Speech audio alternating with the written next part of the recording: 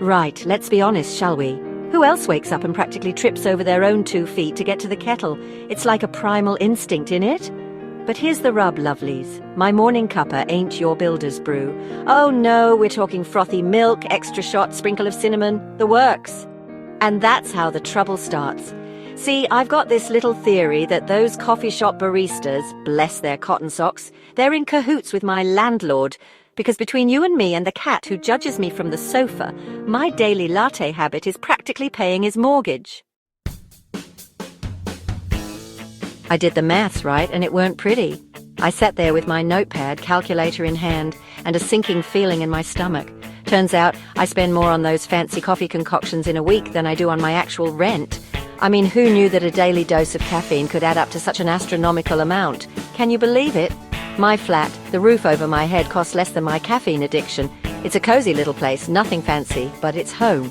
Yet here I am, pouring more money into coffee than into my living space. It's enough to make a vicar swear, it is. The sheer absurdity of it all. I mean, how did I let it get to this point?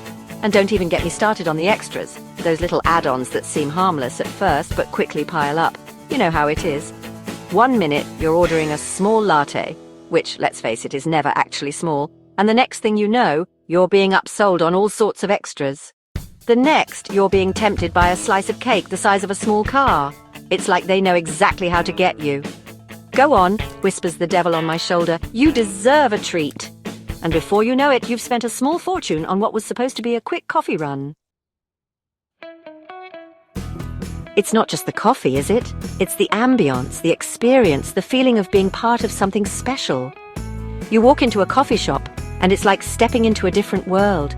The aroma of freshly ground beans, the gentle hum of conversation, the barista's skilled hands crafting your perfect cup. It's all part of the allure. It's the little things that get you, the small, seemingly insignificant purchases that add up over time. A trinket here, a snack there. Before you know it, your wallet feels lighter, and you're left wondering where all your money went. Like that new shade of lipstick that practically screamed my name from the shop window.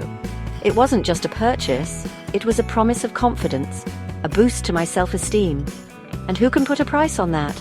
Or those adorable cushions that would look simply divine on my sofa. Never mind that I haven't actually sat on the sofa in months because it's buried under a mountain of laundry. They were supposed to bring a touch of elegance to my living room, a splash of colour to brighten my day. And don't even get me started on biscuits, those delightful, crumbly treats that call to me from the store shelves. Each one a little piece of heaven, a moment of indulgence in an otherwise hectic day. Biscuits are my downfall, my Achilles heel, well, you get the picture. They're the comfort food I turn to when I need a break, a little pick-me-up to get through the day. Those chocolate digestives don't pay for themselves, you know. Each bite is a reminder of the little luxuries I allow myself, the small pleasures that make life just a bit sweeter. Although I did once try to claim them as a business expense. I figured, why not? They fuel my creativity, keep me going during those long writing sessions.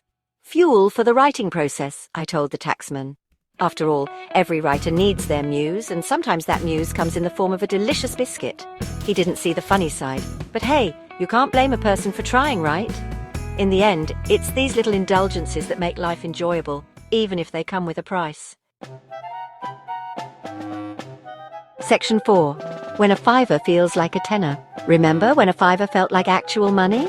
It felt like you could buy a decent meal or a couple of items from the store. Those were the days when a fiver had real value. Pepperidge Farm remembers. These days I hand over a tenner for a coffee and a pastry, and it barely covers the cost. It's like inflation has turned our money into monopoly money. And I swear, the cashier looks at me like I've just presented them with a winning lottery ticket. Their eyes light up and they give me that grateful smile, as if I've made their day. It's enough to make you want to dig out the old piggy bank and start counting pennies. Maybe even consider rolling up those coins and taking them to the bank. But then I remember that my piggy bank is probably empty. I can almost hear the hollow rattle of nothing inside. Because I spent all my spare change on, well, you know, those little indulgences that add up over time. Coffee, cake, cushions, and all those small comforts that make life a bit more enjoyable. The usual suspects.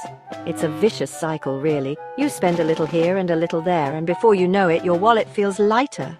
A never-ending carousel of caffeine and consumerism. Round and round we go, spending and sipping, trying to find that balance between treating ourselves and saving for the future. Section 5. Confessions of a Caffeine Queen. So here I am confessing my sins to the internet void, a slave to the bean, a prisoner of the latte art. But you know what? I wouldn't have it any other way, because life's too short for boring coffee and sensible spending habits. Besides, who needs a roof over their head when you can have a caramel macchiato with extra whipped cream? It's practically a 5-star hotel in a cup, darling. And much tastier than bricks and mortar, wouldn't you say?